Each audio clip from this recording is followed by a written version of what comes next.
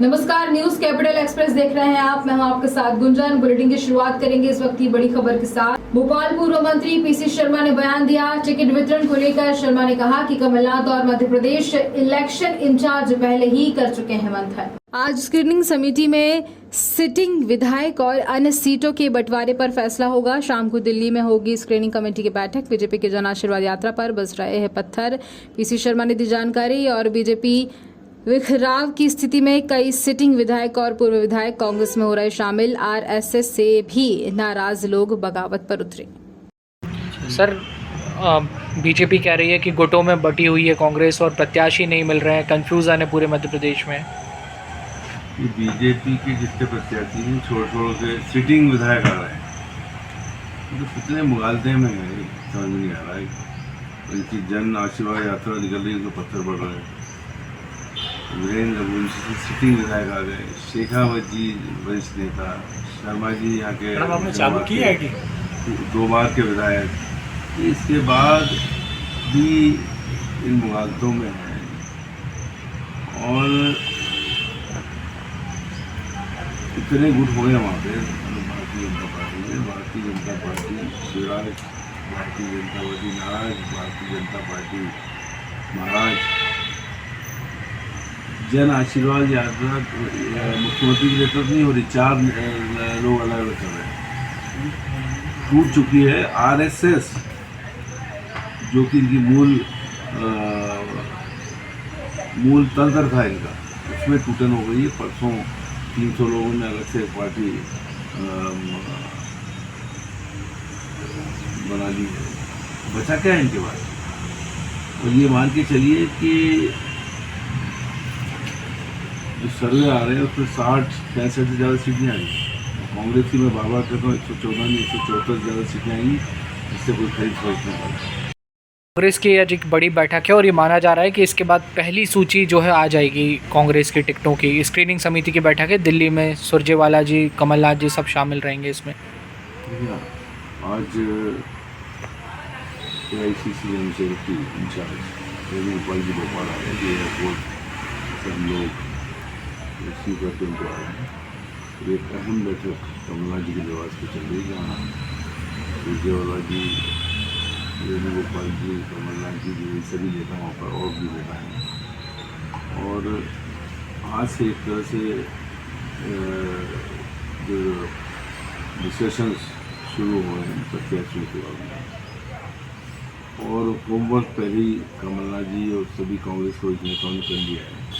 मैं समझता हूँ कि आज स्क्रीनिंग कमेटी की बैठक होगी और निश्चित तौर पर जो फीडबैक के आधार पर सिटिंग विधायक हो या बाकी और जहाँ कोई विवाद नहीं, वहाँ सब एक एक करके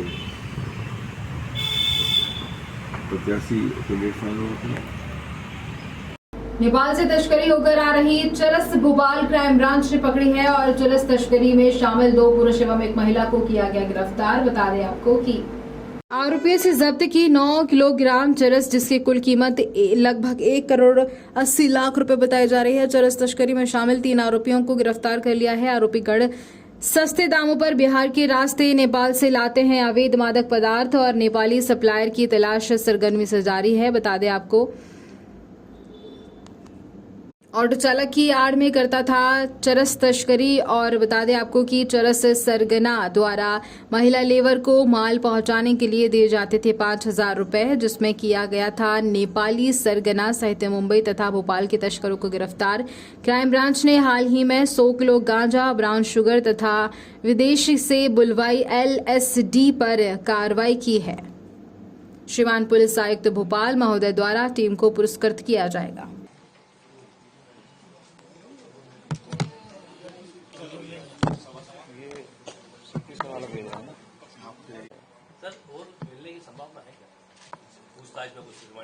हाँ, अभी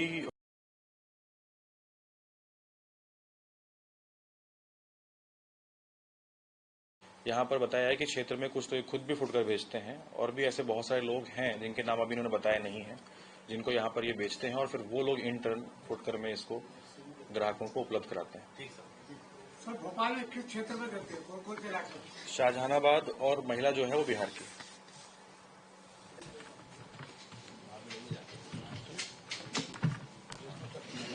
आपका अलग से रिकॉर्ड कर लें।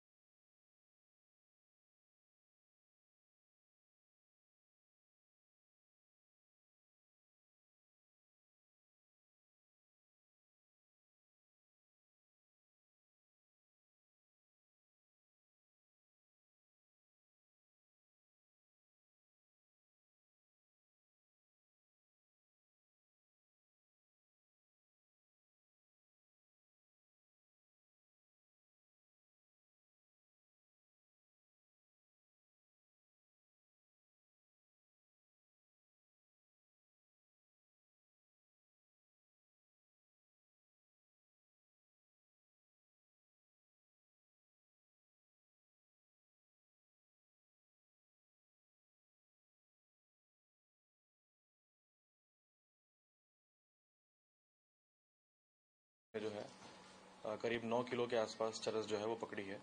ये काफ़ी रिफाइंड और प्योर टाइप की चरस है जो कि नेपाल के बॉर्डर से भारत में आई है। इसमें हमने टोटल 3 लोगों को गिरफ्तार किया है, जिसमें एक मुख्य आरोपी जो है वो शाहजहानाबाद का मोहम्मद ताहिर है, जिसने प्राइमरीली पैसा देके ये चरस खरीदी थी। इसका एक साथी है सोहन लाल, वो भी शाहजहानाबाद का रहने वाला है, जो कि पेशे से मजदूर है। वो इसका साथी है और अलग अलग क्षेत्रों में चरस को बेचने का काम करता है। इसके साथ एक महिला को भी हमने पकड़ा है, जो कि इंटरेस्टिंगली जिस तस्कर द्वारा ये नेपाल से भारत ये चरस लाई गई है, वो तस्कर जो है इन महिलाओं को जिनको वो बेचता है चरस, उनको उनके साथ भेजता है, ताकि अगर पुलिस को पता भी चल जाए तो जो व्यक्ति पकड़ा गया है उसके पोजीशन से चरस ना मिले, कोई एनडीपीएस का पदार्थ ना मिले। तो ये सारा जो पदार्थ था ये महिला के पास था और टीम ने, हमारी एनडीपीएस की टीम ने, उसने बहुत ही अच्छे तरीके से इनको इंटरसेप्ट करके ये एक 9 किलो के आसपास की चरस बरामद की है, जिसकी कीमत 1.5 से 2 करोड़ रुपए के आसपास होगी। और इसमें आगे की और विवेचना अभी जारी है। हम लोगों ने इसमें इनसे पूछताछ की है। इनके मेमो में और कुछ लोगों के नाम भी आ रहे हैं, जिनकी तस्दीक करना अभी शेष है। सप्लाई कहाँ पर करेगा? दरअसल जो व्यक्ति खरीदता है वो अपने पास चरस रख के लेके नहीं आता है, क्योंकि इन केस अगर पुलिस ने पकड़ा उसको तो उसके पास से बरामद ना हो। नॉर्मली क्या होता है कि ट्रेन में या यात्रा करते समय महिलाओं की चेकिंग पुलिस या कोई भी एजेंसी नहीं करती है यूजुअली, और शक भी नहीं होता लोगों को कि ये महिला के पास से मिलेगा, बरामद होगा।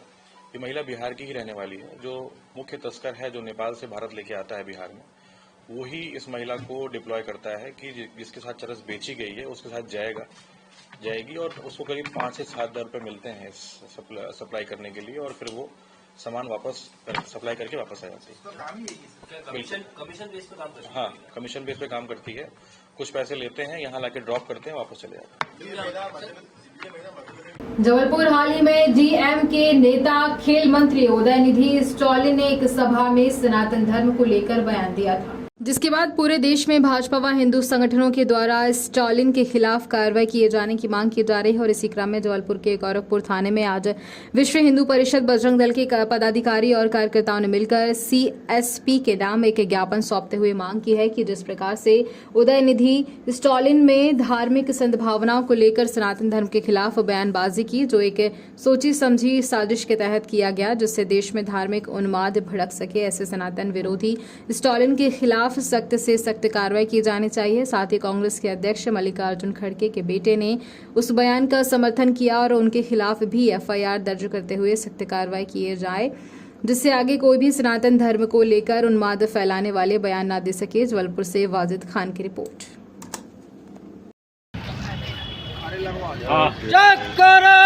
वीर बजरंगी, वीर बजरंगी, वीर बजरंगी, श्री राम। हुए कहा गया कि सनातन उन्मूलन सम्मेलन की मैं सराहना करता हूं। कुछ चीज़ों का विरोध नहीं किया जा सकता, उन्हें समाप्त कर देना चाहिए। जिस तरह हम मलेरिया, डेंगू या कोरोना का विरोध नहीं कर सकते, उसे मिटाना ही है, ठीक उसी तरह हमें सनातन को मिटा देना चाहिए। वायरल किया ताकि भारत में सनातन धर्म को मानने वाले एवं गैर सनातन जन में दंगे, फसाद और हिंसा फैले। उक्त अभियुक्त गणों द्वारा राष्ट्र विरोधी कार्य कर जन समुदाय में वर्ग संघर्ष, हिंसा पैदा करने का कार्य किया है। मेरी व करोड़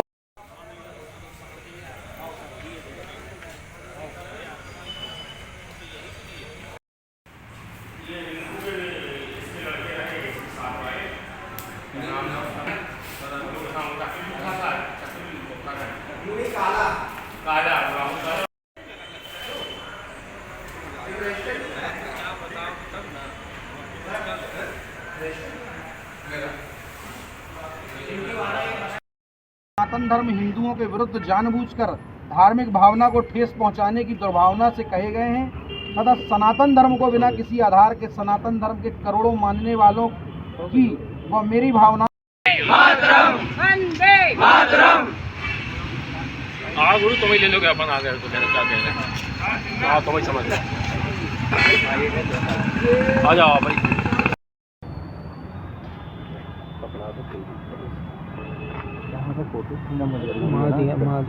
मार दिया सर।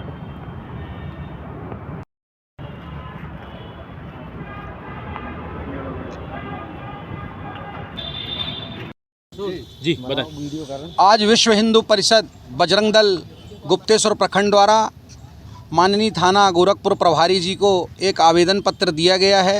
हाल ही में तमिलनाडु के मुख्यमंत्री के बेटे उदयनिधि स्टालिन द्वारा जो सनातन के विरुद्ध घोर अपमानजनक शब्द और सनातन के विरुद्ध जो टिप्पणी की गई है उसके विरोध में और साथ में मल्लिकार्जुन खड़गे के पुत्र प्रियांक खड़गे के विरुद्ध FIR दर्ज करने के आवेदन हमने दिया है और साथ ही ये मांग की है कि शीघ्र इनके खिलाफ मुकदमा दर्ज किया जाए भारतीय दंड संहिता की धारा के अंतर्गत और शीघ्र से शीघ्र इनके खिलाफ कार्रवाई हो।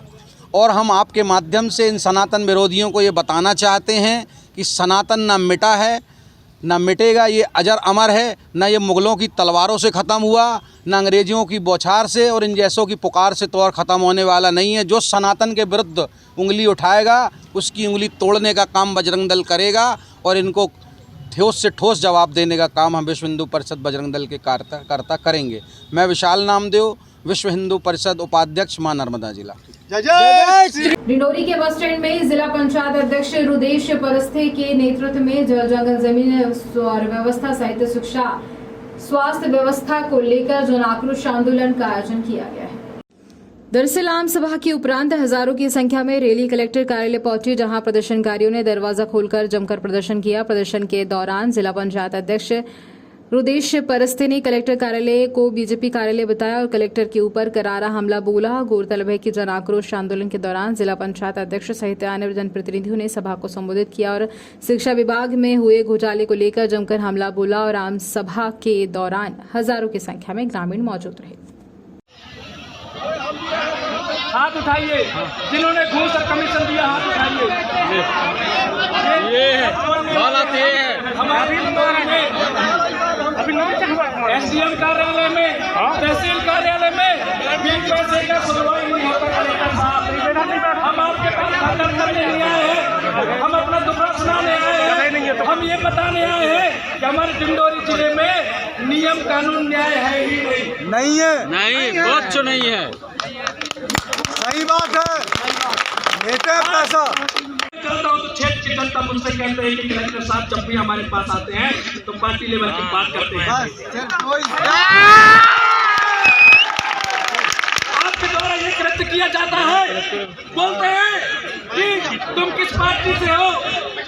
जब क्षेत्र की समस्या ज्यादा बताते हैं तो बोला जाता है कि तुम्हारा विधायक कौन है, तुम्हारा नेता कौन है, तुम्हारा अध्यक्ष कौन है, जो जीता है तो उसी से बताना कहते हैं। जब समस्या की बात आती है, जो अच्छे बात कर दी है पक्ष में तो उनको साइड में ले जाकर उनको अलग बात बताया जाता है। आपके द्वारा क्षेत्र की जनता बताए, इसका प्रूफ है मेरे पास और वो क्षेत्र की जनता भी आज है। पर मैं आज यहाँ पे आपसे लड़ने के लिए नहीं आया हूँ, पर मैं इतला करने आया हूँ कि मेरा काम है कि डिंडोरी जिले के एक एक जनता को मैं जागरूक करूँगा और यहाँ जो किया जाता है। आज हमारे साथ इतना बड़ा अन्याय होता है, हमारे गांव-गांव के लोग इतने पीड़ित। बांध बनाना बंद करो, बंद करो, बंद करो। बांध बनाना बंद करो, बंद करो, बंद करो। बांध बनाना बंद करो, बंद करो, बंद करो, बंद करो।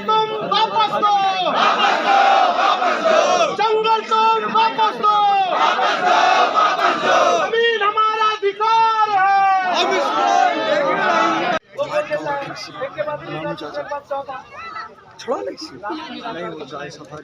कुछ नहीं होता साहब। आज हम लोग देखते हैं जैसे कि यहाँ पे बाढ़ प्रभावित क्षेत्र से आए हैं, बाढ़ प्रभावित क्षेत्र से उनकी बातों को लेकर, उनकी पीड़ा को लेकर हमारे क्षेत्र के कई नेताओं ने उनके साथ खेल खेला, उनको राजनीति का संसाधन बना के उनको उपयोग किया।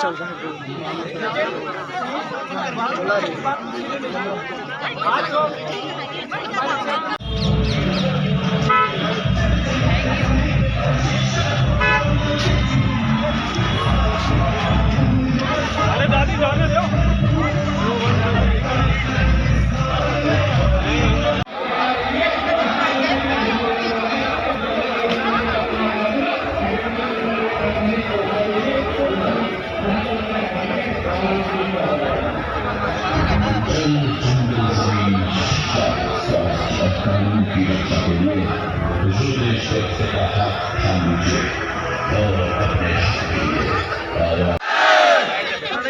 आप ले लीजिए हमको फोटो।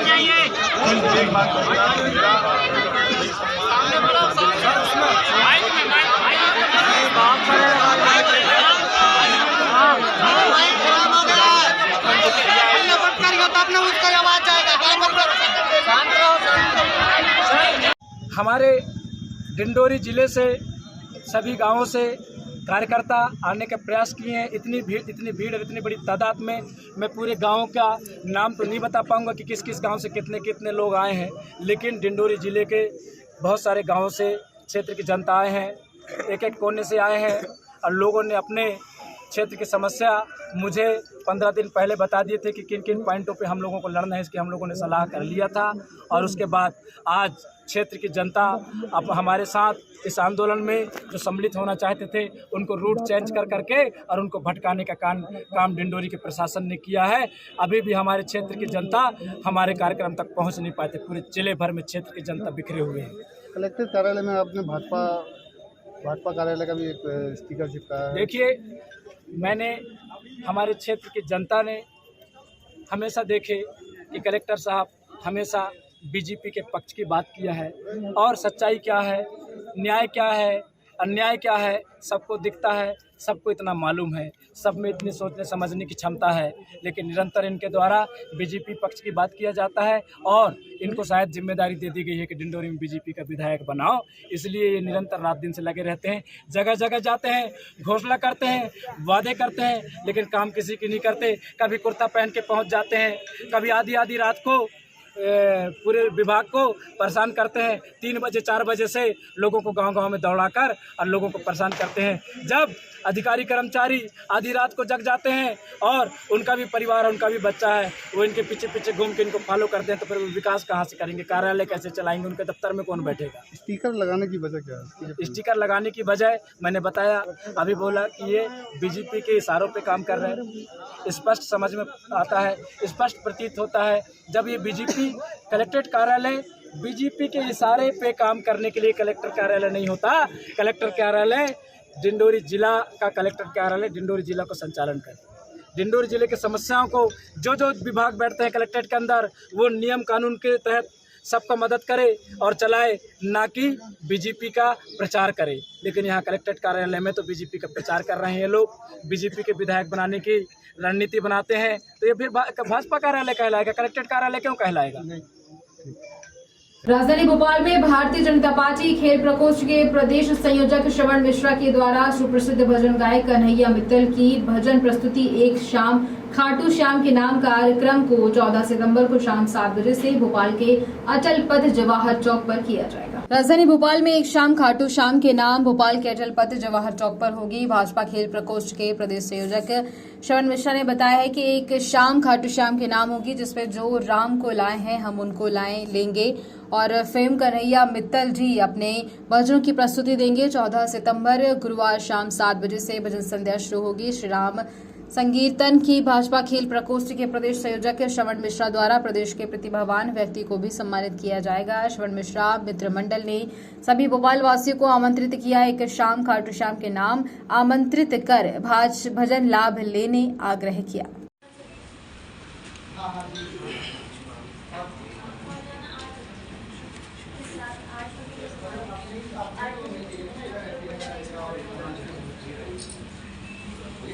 नमस्कार पत्रकार बंधुओं, 14 तारीख की शाम 7 बजे से भोपाल स्थित अटल पथ पर हमारे प्रसिद्ध भजन गायक जिन्होंने हम राम को लाए हैं हम उनको लाएंगे, भगवा लहराया है भगवा लहराएंगे, ऐसे संगीत के माध्यम से सुप्रसिद्ध संकीर्तन गायक कन्हैया मित्तल जी हमारे भोपाल में हमारे आग्रह पर आ रहे हैं। तो ये एक बहुत बड़ा बृहद कार्यक्रम है भोपाल के लिए और सनातन प्रेमियों के लिए। तो आप सभी शाम को 14 तारीख को सादर आमंत्रित है। भोपाल वासियों से, अपनी माताओं बहनों से, साथियों से आग्रह है कि शाम 14 तारीख को 14 सितंबर को ये संकीर्तन का आनंद लेना ना भूलें और इसके सहभागी बने, इसके साक्षी बने।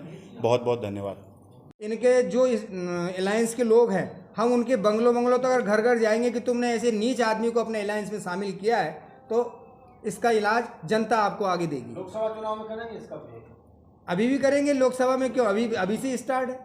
विरोध तो एक दिन हर दिन विरोध है, क्योंकि हम जब किसी विचारधारा से कनेक्ट होते हैं तो हम वैचारिक रूप से जुड़े हैं। घटक दल तो है, लेकिन शब्दों में उन्होंने अपने कंट्रोल नहीं रखा ना। मतलब ये तो भ्रामक जानकारी प्रस्तुत कर रहे हैं। वो तो भ्रामक जानकारी प्रस्तुत कर रहे हैं। कोई बेटा अपने पिता के अस्तित्व को कैसे मिटा सकता है?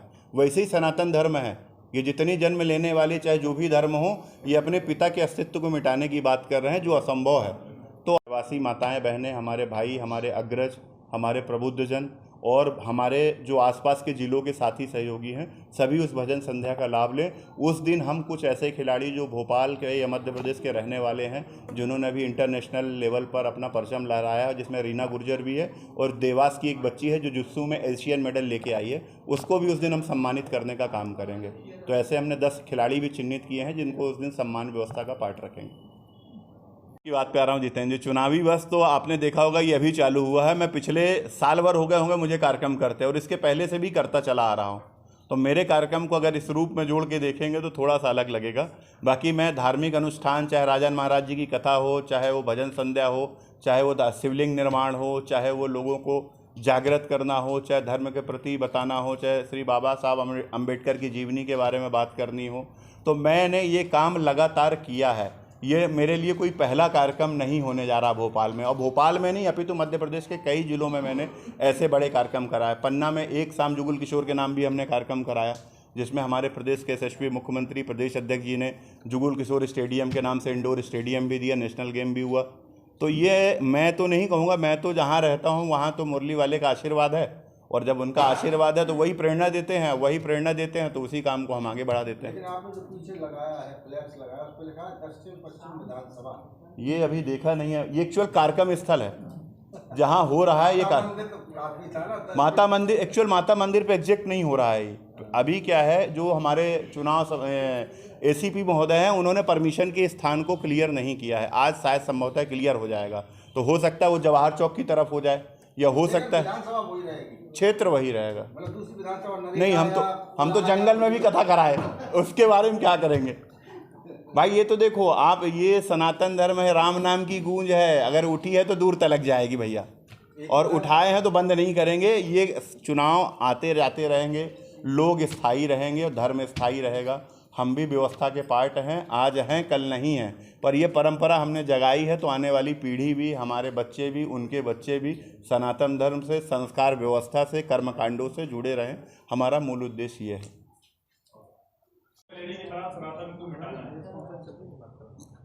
चूँकि उनकी छोट सोची है, अगर वो डेंगू मलेरिया जो हमारे आज की डेट में बहुत बड़ा लाइलाज बीमारी नहीं है, पर उनकी इन संकीर्ण मानसिकता का हम विरोध करते हैं, और निश्चित ही एक न एक दिन वो खुद सनातन के मार्ग से जाएंगे। उसका कारण यह है कि भगवान श्री राम अयोध्या से निकले थे और वो रामेश्वरम तमिलनाडु होते हुए ही रामेश्वरम श्रीलंका पथ को गए हैं, और आज भी उसके प्रमाण है। धनुषकोटी में वो ब्रिज बना हुआ है राम सेतु का, जिसमें मैंने एक डॉक्यूमेंट्री भी बनाई है, चित्रकूट कॉरिडोर को लेकर एक मूवी है मेरी 30 मिनट की, शायद आप लोगों तक नहीं पहुंची होगी, तो मैं गूगल लिंक के माध्यम से पहुंचा दूंगा।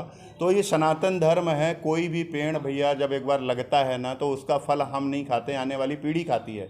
जब हमारे बाप दादाओं ने जो पेड़ लगाया था उसका फल हम चख रहे हैं। अगर हम वो सनातन धर्म का पौधा लगाएंगे, चाहे वो फल का पौधा लगाएंगे, तो आने वाली पीढ़ी के लिए लगाएंगे, क्योंकि आज अगर हम लगाएंगे तब तो आने वाली पीढ़ी खाएगी। अगर हम नहीं लगाएंगे, हम विसंगतियों में पड़ जाएंगे, हम किसी के गलत ट्रैक में चले जाएंगे, तो वो हमारे लिए दुर्भाग्यपूर्ण है। तो हम अपने काम को करते रहें। तो रोज़ का काम है लोगों का कहना, कुछ तो लोग कहेंगे, लोगों का काम है कहना। तो उनकी जितनी बड़ी मानसिकता है, जितना बड़ा उनका IQ लेवल है, उन्होंने उस आधार पे कह दिया। उदयनिधि स्टालिन ने जो बोला है, हम तो ये कहते हैं कि तो सनातन धर्म को ख़त्म करने की बात तो बहुत दूर की है, तुम भारत के मच्छर ही ख़त्म करके तो बता दो एक बार।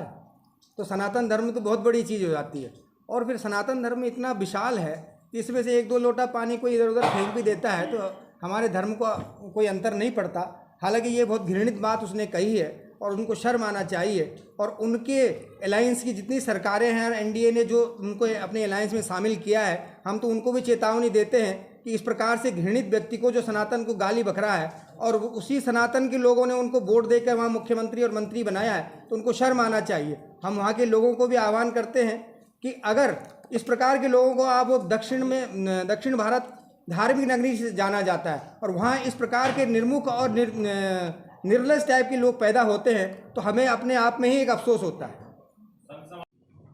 नमस्कार पत्रकार साथियों, आज हम इस पत्रकार वार्ता के माध्यम से सभी भोपाल वासियों को और आसपास के ज़िले वासियों को एक शुभ संदेश देना चाहते हैं कि हम श्री श्याम खाटू, जिनको सभी, मुझे लगता है कि भारत में सभी लोग जानते हैं, उनकी महिमा का काफ़ी दिनों से मेरे मन में भाव चल रहा था। तो एक संकीर्तन हम पहले भी करा चुके हैं। अब एक बड़ा संकीर्तन कन्हैया मित्तल के माध्यम से होने जा रहा है भोपाल में, ये अटल पथ पर माता मंदिर के पास में। जो कन्हैया मित्तल, जिनको सभी ने सुना होगा, जो यूपी के चुनाव के ब्रांड एम्बेसडर भी थे कि जो राम को लाए हैं हम उनको लाएंगे, भगवा लहराया है भगवा लहराएंगे। तो अब उनका सुनने का अवसर प्राप्त हो रहा है। तो मैं पत्रकार बंधुओं के माध्यम से आग्रह करने जा रहा हूं कि 14 तारीख की शाम 7 बजे से लेकर पूरी रात उनके भजनों का आनंद लीजिएगा। भगवान श्री श्याम, भगवान श्री कृष्ण के भजनों से भोपाल सराबोर रहेगा। तो सभी भोपालवासी, हमारे साथीगण, माताएं, बहनें, इस मीडिया, इस चैनल के माध्यम से ये सूचना उन तक पहुंच जाए और 14 तारीख को इस भजन संध्या का आनंद लेना ना भूलें। हमारा सिर्फ उद्देश्य यही था कि भोपाल में और क्षेत्र में, देश में सनातन धर्म और धर्म का संदेश जाए, लोग धार्मिक आस्था से ओतप्रोत हों और सनातन धर्म का भगवा हमेशा लहराता रहे।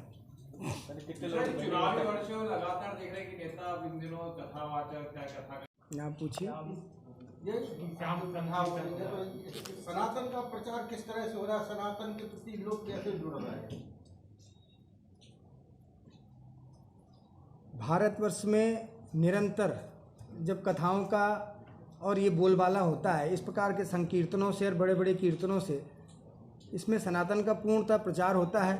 और हम तो चाहेंगे, अभी आप लोगों ने कहा कि इसी टाइम पे, तो श्रवण जी पिछले कई वर्षों से 5-6 साल से तो मैं देख रहा हूँ कि साल में कम से कम 7 से 8 कार्यक्रम भोपाल में और भोपाल से बाहर करते हैं। और इससे सनातन में जागरूकता के साथ साथ भाव भी उत्पन्न होता है। जैसे कि आपने रुद्राक्ष वितरण किए, उसमें भाव था। शिवलिंग बनवाने का, पार्थेश्वर का काम हो, उसमें भाव था। और एक श्याम खाटू श्याम के नाम कन्हैया मित्तल के द्वारा जो सुप्रसिद्ध भजन गायक हैं, तो हमारा सभी से आग्रह है कि सभी लोग बड़ी संख्या में आकर उस भक्ति के कार्यक्रम में शामिल हों, भजनों का आनंद लें और अपने जीवन को सफल बनाएं। महाराज जी, सनातन धर्म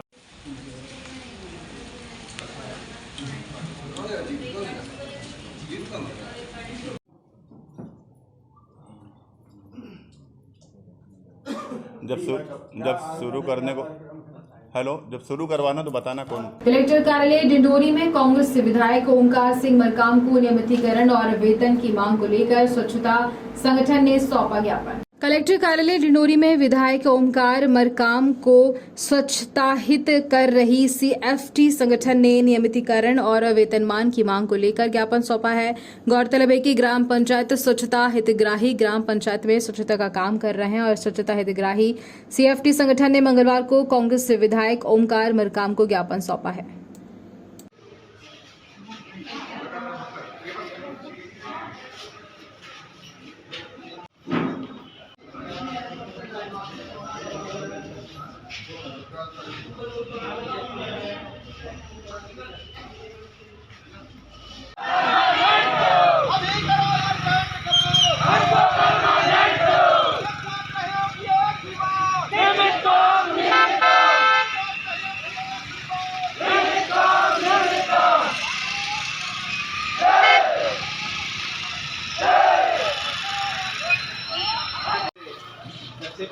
प्रधानमंत्री जी ने योजना लागू की है हर पंचायत में स्वच्छता गृह हो।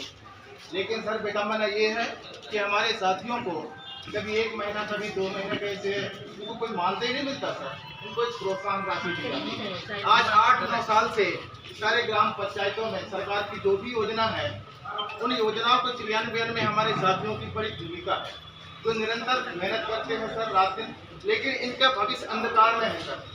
ऐसे हमारे ऐसे मध्य प्रदेश में 26,000 स्वच्छाग्रही हैं जिनके भविष्य आज अधर में लटका हुआ है सर। ना हम कुछ काम कर सकते न कहीं कुछ कर सकते।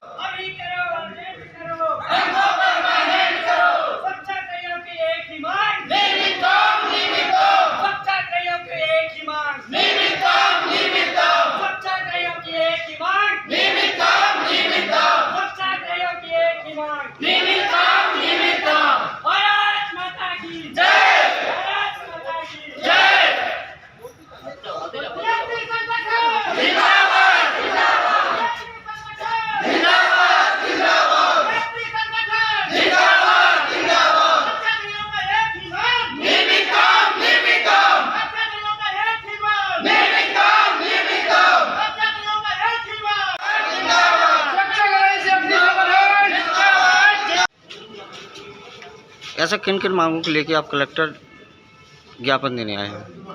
सर आप जो देख रहे हैं सर, ये गरीब बेरोजगार साथी है हमारे, पढ़े लिखे तो हैं लेकिन पारिवारिक स्थिति इतनी खराब है कि आगे कोई डिग्री डिप्लोमा तो नहीं कर सकते।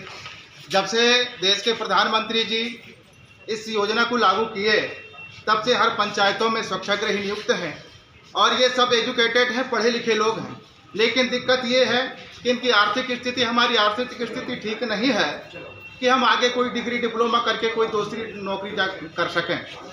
तो इस काम में लगे हुए हैं सर, लेकिन 2014 से हम जो काम कर रहे हैं हमको कोई निश्चित मानदेय नहीं दिया जाता है।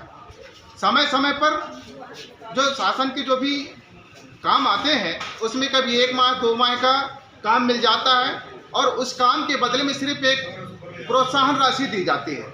तो हमारे मध्य प्रदेश के समस्त 26,000 जो स्वच्छाग्रही साथी हैं उन सबका यही मांग है और हम सबका यही मांग है कि इस तरह के अनिश्चितता हमारे जीवन से हटा दिया जाए और हमें नियमित काम और नियमित दाम दिया जाए। क्या नाम लिखते हैं? सुरेंद्र मोंगरे, जिलाध्यक्ष स्वच्छाग्रही संगठन जंडोरी। ये रैली जो आई थी स्वच्छता को लेके, किन किन मांगों को लेके आई थी और क्या मुद्दा है इनकी? ये जो हमारे साथी हैं, ये स्वच्छता में कार्य करने वाले पंचायत स्तर के जो हमारे लोग हैं वो अपनी मांगों को लेकर के आए हैं। सभी पंचायतों में स्वच्छता कर्मी बहुत मेहनत से काम किए, लोगों को जागरूक करने का काम किए और कोविड के समय सभी घर घर जाकर के स्वच्छता से संबंधित इन्होंने जागरूकता किया है। आज इनको कार्य से कहीं ना कहीं दूर किया जा रहा है, जो इनके लिए बड़ा संकट का समय है, और अपने कार्य को सुचारू रूप से बनाए रखने के लिए मांग करते हुए आज सभी स्वच्छता कर्मी जो आए हैं मैं इनका समर्थन करता हूं और स्वच्छता कर्मियों को निर्णय लेने के सरकार से भी अपील करता हूं कि स्वच्छता कर्मी जो हमारे हैं उनके हित में निर्णय लिया जाए, ये भी मेरी मांग है। मध्य प्रदेश में विधानसभा चुनाव के लिए अब 2 महीने शेष रह गए और ऐसे में बीजेपी और कांग्रेस दोनों ही प्रमुख दल प्रत्याशी चयन को लेकर लगातार बैठक कर रही है। कल जहां दिल्ली में बीजेपी के केंद्रीय नेतृत्व के साथ सीएम शिवराज सिंह चौहान की बैठक हुई और वहीं आज कांग्रेस स्क्रीनिंग कमेटी की बैठक जितेंद्र सिंह की अध्यक्षता में होगी और इससे पहले कमलनाथ के निवास पर मध्य प्रदेश को सभी लोकसभा क्षेत्र के ऑब्जर्व की बैठक हुई, जिसमें कमलनाथ सहित दिग्विजय सिंह, प्रदेश प्रभारी रणदीप सुरजेवाला और के वेणुगोपाल शामिल हुए। इस बैठक के बाद पीसीसी चीफ कमलनाथ का कहना है कि सभी ऑब्जर्वर अलग अलग जिलों में जाकर काम करेंगे और विधानसभा में कार्यकर्ताओं से मुलाकात भी करेंगे।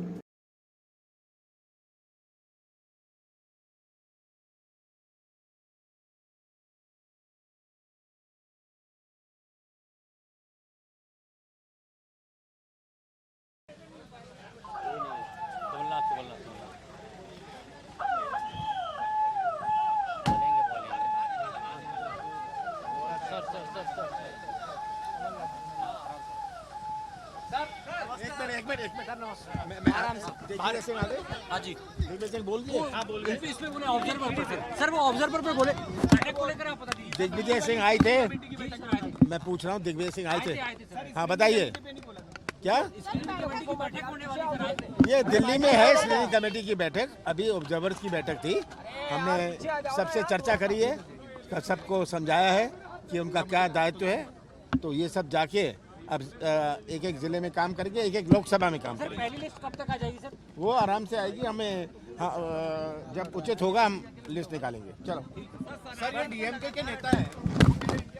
भैया भैया भैया हाथ हटाओ।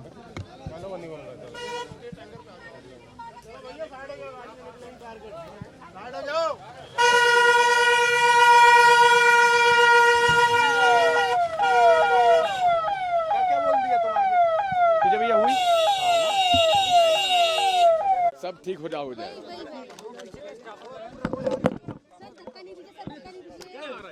अरे चलिए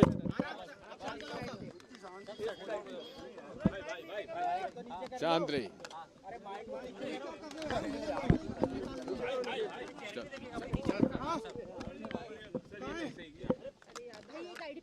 अखिल भारतीय कांग्रेस कमेटी के माननीय अध्यक्ष जी ने और संगठन के महामंत्री श्री वेणुगोपाल जी ने हर संसदीय क्षेत्र में अपना प्रतिनिधि नियुक्त किया है और वे चुनाव के नतीजे आने तक वे उन क्षेत्र में हमारे एआईसीसी, प्रदेश कांग्रेस कमेटी और निचले स्तर तक जो संगठन है उसके साथ काम करेंगे। आज पूरे प्रदेश में ये आम राय बन चुकी है, सारे सर्वे भी यही दिखा रहे हैं कि इस चुनाव में भारी बहुमत से कांग्रेस पार्टी की सरकार बनने वाली है। और अब जैसी हमारे पास समाचार पत्रों के माध्यम से आपके माध्यम से सूचना आ रही है कि अब मध्य प्रदेश में जगह जगह पर आईटी, ईडी के दफ्तर खोल रहे हैं, अधिकारी पदस्थ किए जा रहे हैं। अरे भाई, पूरे छत्तीसगढ़ में हमारे मंत्री, अधिकारी, कर्मचारी, मुख्यमंत्री के स्टाफ के लोग, उन पर ईडी, आईटी सब लगी हुई है, क्योंकि वो 5 साल से सरकार में है। लेकिन मध्य प्रदेश में तो जो भ्रष्टाचार का साम्राज्य है, वहां पर अगर ईडी, आईटी के दफ्तर खुल रहे हैं तो ये तो भारतीय जनता पार्टी के मुख्यमंत्री, मंत्री, उनके चहेते अधिकारी, कर्मचारियों घर पे छापा डालिए। लेकिन जो खबरें आ रही हैं कि वो कांग्रेस पार्टी के नेताओं पर छापे डालेंगे, यानी कि विपक्ष के ऊपर छापा डालने की योजना मध्य प्रदेश में है। और छत्तीसगढ़, राजस्थान में शासकीय जो सत्ता में है उस पर छापा डाल रहे हैं। ये उनके घबराहट की निशानी है। और हमें जो सूचना मिल रही है, घबराई हुई भारतीय जनता पार्टी केंद्र सरकार अमित शाह जी और मोदी जी के नेतृत्व में उन घोटालेबाजों के यहाँ, जिनके पास सैकड़ों हजारों करोड़ की संपत्ति उन्होंने इकट्ठी कर ली है, उन पर छापा नहीं डालेंगे। जो लोग सत्ता से बाहर हैं और जिन्होंने संघर्ष किया है, उन पर छापे डालने के लिए, दबाव डालने के लिए और उसका हथियार, ईडी, आईटी का हथियार का डर दिखाने के लिए यहाँ पर ये सारी व्यवस्था की जा रही है। हम लोग डरने वाले लोग नहीं हैं। डरे वो जिसने बेईमानी का काम किया हो, जिसने अघोषित संपत्ति इकट्ठी की हो, वो डरे। कांग्रेसी को डरने वाला नहीं है और इनकी गीदड़ भपकियों से हम डरने वाले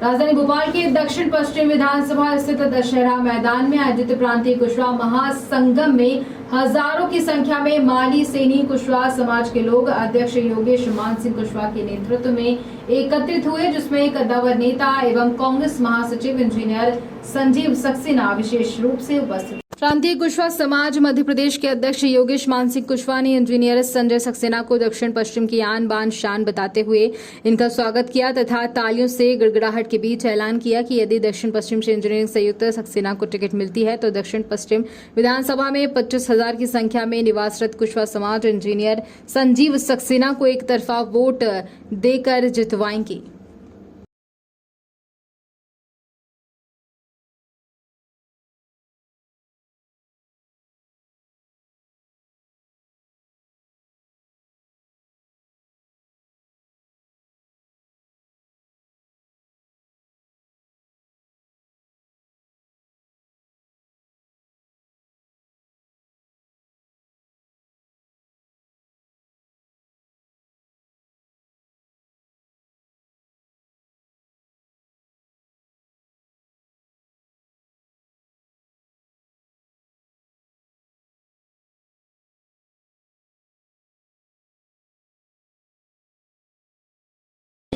मंच पर उपस्थित इस दक्षिण पश्चिम विधानसभा की शान, युवाओं की जान, हमारे बड़े भाई संजीव सक्सेना जी के लिए जोरदार तालियां बजाइए। जोरदार तालियां बजना चाहिए माननीय संजीव सक्सेना जी के लिए। हमारे बड़े भाई संजीव सक्सेना जी जो कि दक्षिण पश्चिम विधानसभा से तैयारी कर रहे हैं, उनके लिए आप सभी से आग्रह है जोरदार तालियां बजाकर उनका स्वागत कीजिए। संजीव भैया।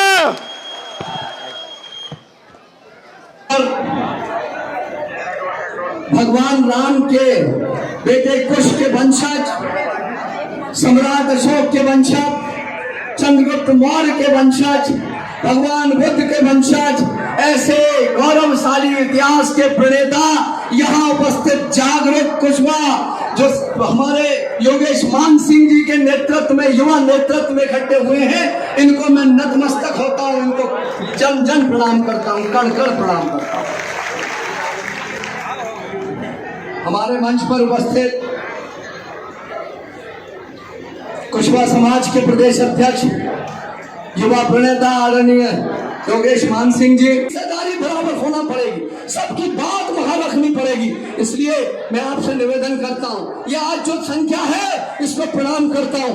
दोबारा जब ये संख्या यहां से आपके नेताओं द्वारा आवाहित की जाए कि दुगनी होना चाहिए, ये ज्यादा होना चाहिए, क्योंकि एक दिन का कष्ट, एक दिन का आपका तप आपके आने वाले भविष्य को सुरक्षित करेगा, उसको सुरक्षित करेगा, उसको यशस्वी बनाएगा, उसको सुशोभिमान बनाएगा। ये बात आप समझ लीजिए। हम लोग एकता में बनने के लिए अलग अलग विखंडित हो जाते हैं। मैं प्रणाम करता हूं योगेश मान सिंह को, मैं प्रणाम इसलिए करता हूं, किसी पद पे नहीं होने के बावजूद मैं बराबर संपर्क में रहता हूं, निरंतर इस समाज की चिंता करना, गली गली में इस समाज को जोड़ना, बृहद रूप से कल्पना करना, यही एक युवा का कर्तव्य है। मैं देखता हूं कि आज केवल जो जिस तरह से परिपाटी चली आ रही है, चुनाव में